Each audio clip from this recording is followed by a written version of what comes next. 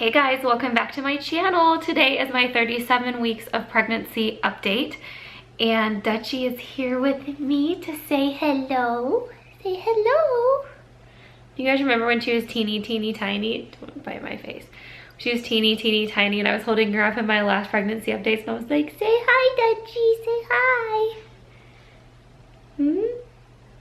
Okay, so let me pull up my notes. I am 37 weeks and 3 days, I think. Yes, I'm 37 weeks and 3 days. It's 7:45. I didn't have a chance to film today until Skyla went to bed, and I got some laundry done and stuff, so it's late, so I'm using a ring light for light. If it looks off or anything, that's what's going on. So I'm gonna start with weight. When I weighed in at 37 weeks, I was 160.8 pounds, and I had gained 0.1 pound, which basically nothing, from the previous week. And that puts my total weight gain for 37 weeks at 25.8 pounds. So 160.8 pounds, and in my pregnancy with Skyla, what? I'm filming, hun. This says that it could be, I don't know if that's normal or not. You may want to call the doctor in the morning. Okay, so Nick is freaking out right now because my triglycerides came back. What did they come back at? 328. At 328. And apparently normal is like, what was normal? 150. Normal was 150 or something like that. Because we had to do a health screening for our health insurance. They require us to go in and get blood work done and stuff for our health insurance. And my triglycerides came back high. But he initially said, oh, he looked it up and that is normal in the 3rd trimester of pregnancy, and now he's saying he doesn't know if it's normal, so he wants me to call the doctor in the morning. So I will do that. If you guys have any expertise on triglycerides in pregnancy, let me know. With Skyla last time, I weighed 182 pounds at 37 weeks. So a 22 pound difference, and let me tell you, I can feel it. Like, I can definitely feel it. I feel amazing. I don't feel amazing, but compared to how I felt last time, I feel amazing. I'm actually still wearing my wedding rings. There was one day this past week that I woke up and my hands were really swollen and I had to take my ring off. But it was like by the next day, I've just made a couple of diet changes, started to cut a little bit of sodium out, drinking more water. And I was able to put my rings back on, and I do not think I was able to wear my rings at this point in my pregnancy with Skyla. So I'm super happy about that. My feet are not swollen like they were with Skyla. With Skyla, like, it was scary. It was like the skin was gonna tear. And my calves though, my calves are really swollen. That is the only thing that's like bothering me at all, is just this swelling in my calves. But it's weird that it's not in my feet and hands, but I don't want to jinx it though. My itching is getting so much better. Yeah? What's the preeclampsia? What's preeclampsia? Yeah. It's a condition of pregnancy, but I don't have high blood pressure or anything. And you have to have protein in your urine and high blood pressure. And I don't have that. Nick's freaking out over the triglycerides. The itching.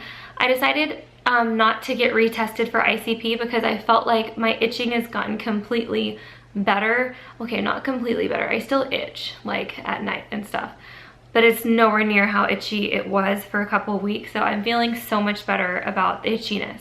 At my 36-week appointment, I had a checkup, and they don't do an ultrasound at this practice, which makes me really sad because at my last practice, they did an ultrasound at 35 weeks to check on, I guess just to check on growth, like measure her size, fluids, and just to check on her, I guess. I don't really know. But they don't do that at this practice, and I'm sad because I was expecting it at my 36-week appointment because I didn't get it at the 35-week appointment. So I was just thinking, oh, they'll do it at 36 weeks, and they didn't. And I asked the midwife about it, and she said, sorry, we don't do it. So I'm wondering how they know, like, whether she's head down or not without doing an ultrasound. I guess they can feel that whenever they feel your belly.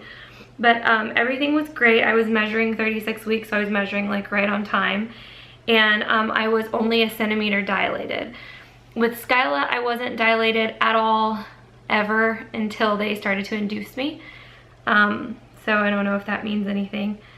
I still have really bad reflux and it's gross. I threw up in my mouth the other day. Sorry if that makes you guys sick, but I'm not really enjoying reflux at all. I have tons and tons and tons of Braxton Hicks contractions, and I even have, you know, I don't get the crampy ones as much as I was a couple weeks ago. Oh, my battery's dying. Ugh. But I am getting tons of Braxton Hicks contraction, and the tightening and the cramping. It sucks because I know that they are not doing anything. Like, Braxton Hicks contractions don't dilate you or anything. So I'm just like, every time I get one, I'm annoyed. I'm like, ugh, I'm ready for them to be real contractions.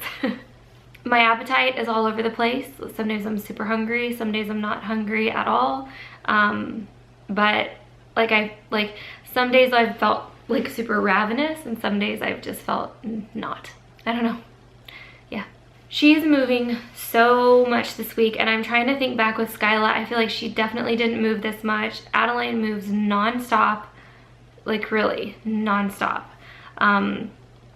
So it's a big difference between the two pregnancies as far as movement. My back definitely hurts, kind of like all over, and my sides, it all hurts. It's not all the time, but especially if I'm not sitting in a really comfortable position, my back will just kill me. I wrote down vagina pain. I get shooting pains, like seriously, shooting pains randomly, lightning crotch. They just come and hit you out of nowhere. They hurt. I hope that means I'm dilating, or whatever they call it, thinning out, effacing, softening, I don't know, whatever that stuff is. I hope that's why my vag hurts. I haven't had blood when I brush my teeth yet. And well, I guess I've had it, maybe I can count on one hand throughout the whole pregnancy. With Skyla, it was every time I brushed my teeth, my gums would bleed. And they're bleeding again this week.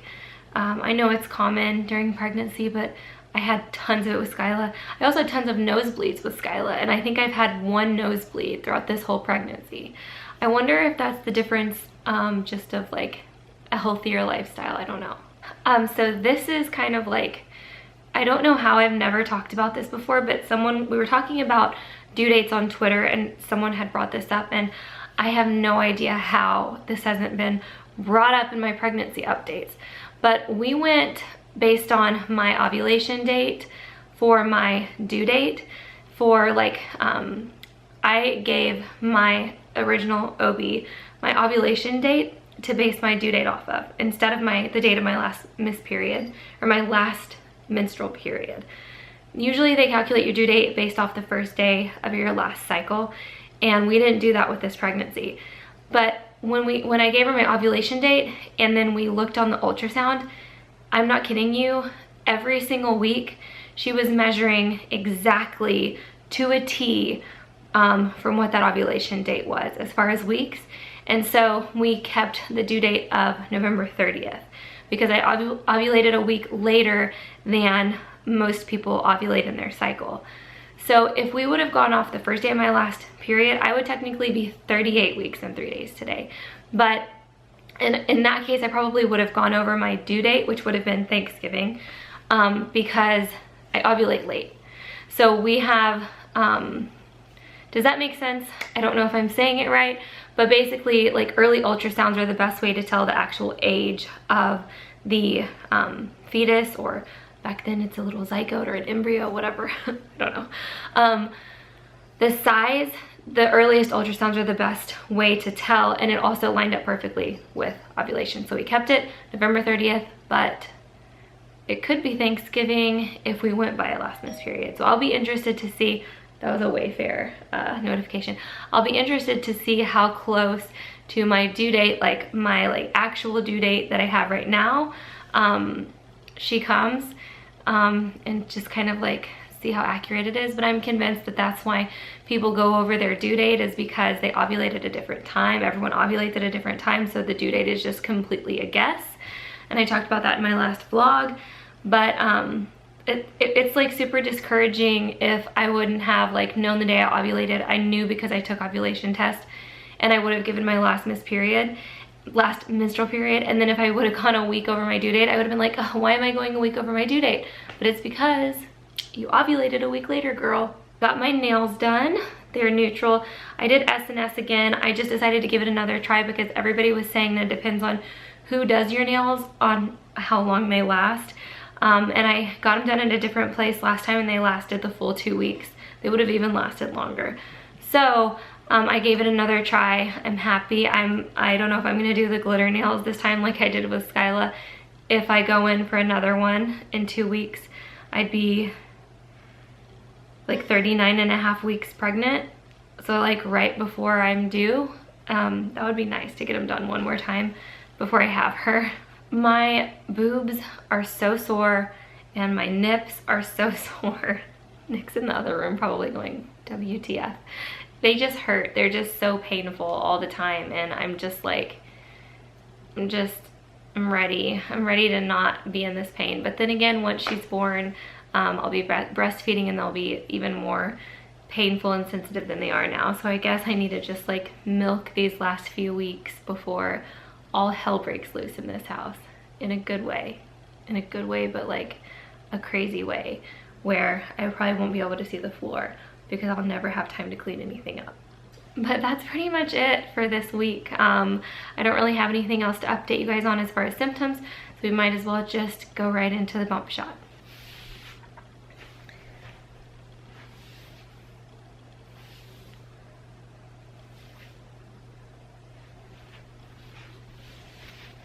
No new stretch marks. So I'm super happy about that. And I've been getting questions on this. This is a scar. It was pre-melanoma and they decided to remove it. I also have one back here.